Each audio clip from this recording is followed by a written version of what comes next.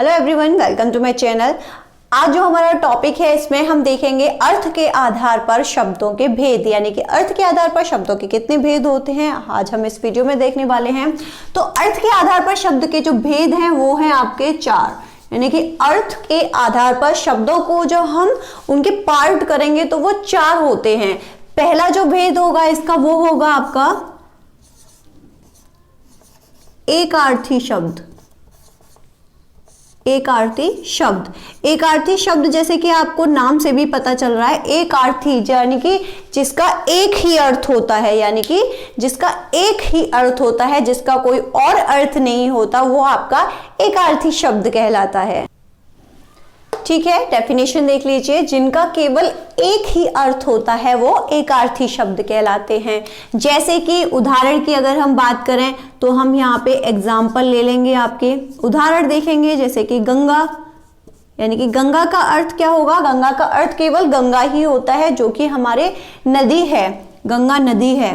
गंगा किसी, या फिर हम देख लेते किसी जगह का नाम ले लेते हैं, जैसे कि पटना, तो गंगा हो गया, नदी का नाम पटना हो गया।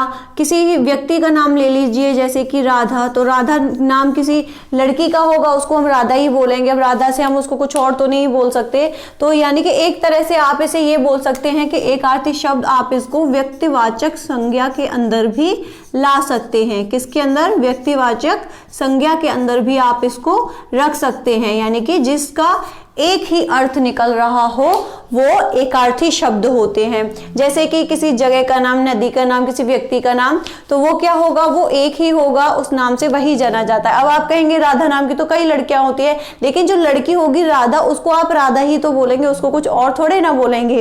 इसी तरह से आपका सेकंड है, एक हो गया आपका एकार्थी शब्द। दूसरा जो भेद है वो है अनेकार्थी शब्द, यानी कि जिसके एक से ज्यादा अर्थ हो, जिसके एक से ज्यादा अर्थ निकले, वो आपके अनेकार्थी शब्द कहलाते हैं।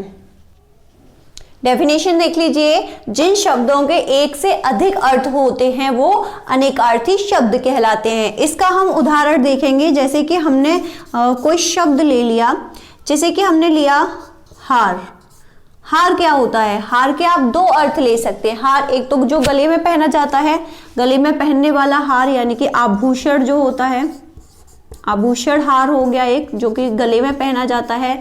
दूसरा हार हो गया जो कि कोई युद्ध हो रहा है या कोई कंपटीशन है उसमें मिली हुई हार। ठीक है, तो दूसरा इसका अर्थ हो गया हार, जो कि किसी भी उसमें कंपटीशन वगैरह में, किसी युद्ध में मिली जाए, तो खेल में मिली जाए, वो हार। ठीक है, तो हार के 2 शब्द, 2 अर्थ मिले। इसी तरीके से जैसे कि कनक, कनक का अर्थ क्या होता है? एक कनक का अर्थ होता है सोना, सोना। दूसरा हो गया आपका धतूरा। ठीक है, तो कनक मीन्स एक, कनक शब्द का एक अर्थ सोना होता है और दूसरा अर्थ उसका धतूरा भी होता है। ठीक है, तो ये होते हैं अनेकार्थी शब्द, यानी कि जिस एक शब्द के अनेक अर्थ होते हैं और वो जो अर्थ होते हैं वो यानी कि अलग अलग उसके अर्थ होते हैं, वो हमारा अनेकार्थी शब्द होता है।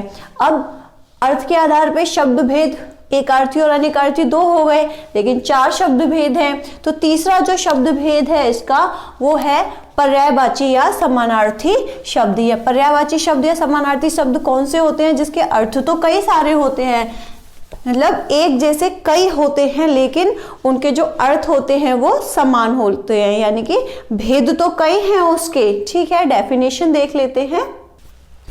इसकी जो परिभाषा है वो है हिंदी भाषा में, यानी कि तीसरा आपका जो शब्द भेद है अर्थ के आधार पे वो है समानार्थी या पर्यायवाची शब्द।